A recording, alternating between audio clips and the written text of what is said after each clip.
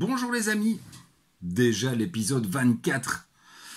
J'aimerais bien que ça s'arrête très vite, mais bon, on va continuer à se retrouver journellement pour se raconter des histoires. Hier, vous avez retrouvé Seb, il nous a raconté une histoire où j'ai été un petit peu témoin de l'histoire, parce que en fait, on s'est croisés ce jour-là, quand un CR6 était en train de vomir de l'huile sur la route. Et donc aujourd'hui, on se retrouve pour la suite. Donc, je vous ai quitté en Super Ténéré que j'ai gardé pendant 1 an. J'ai fait 30 000 km avec. Je me suis beaucoup amusé, mais malheureusement, cette moto, en plus d'être ma première grosse moto, était vraiment une très grosse moto. Donc les 2 fois où elle a tâté du bitume, outre ma sortie en enduro que je vous ai raconté la dernière fois, c'est lorsque j'étais pris par surprise par le poids élevé et très haut perché sur cette Super Ténéré. Donc bien entendu, lorsque en 1990 au Mondial de Paris est sortie la TDM, je n'ai pu que craquer dessus. Je l'ai commandée sur papier, parce que j'ai adoré ce look. J'avais acheté la noire, avec la selle grise et noire. Clairement, c'était pas une superbe moto, mais je trouvais que c'était vraiment exactement ce que j'aimais et exactement ce que je voulais. Donc cette moto, j'ai gardé pendant 3 ans.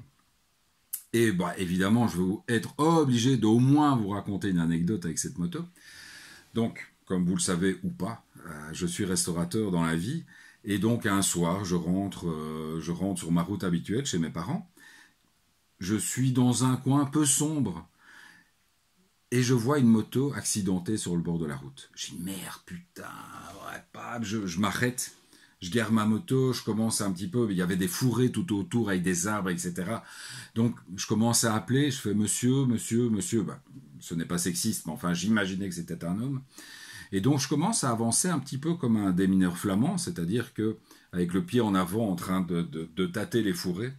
Et je vous assure que j'ai eu une de mes plus grandes peurs de ma vie parce que j'ai mis mon pied sur un ballon de football crevé.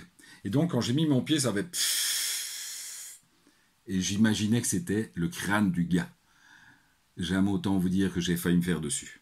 Tout ça pour faire demi-tour et me rendre compte qu'en fait, la moto était accidentée, certes, mais elle était sur la béquille.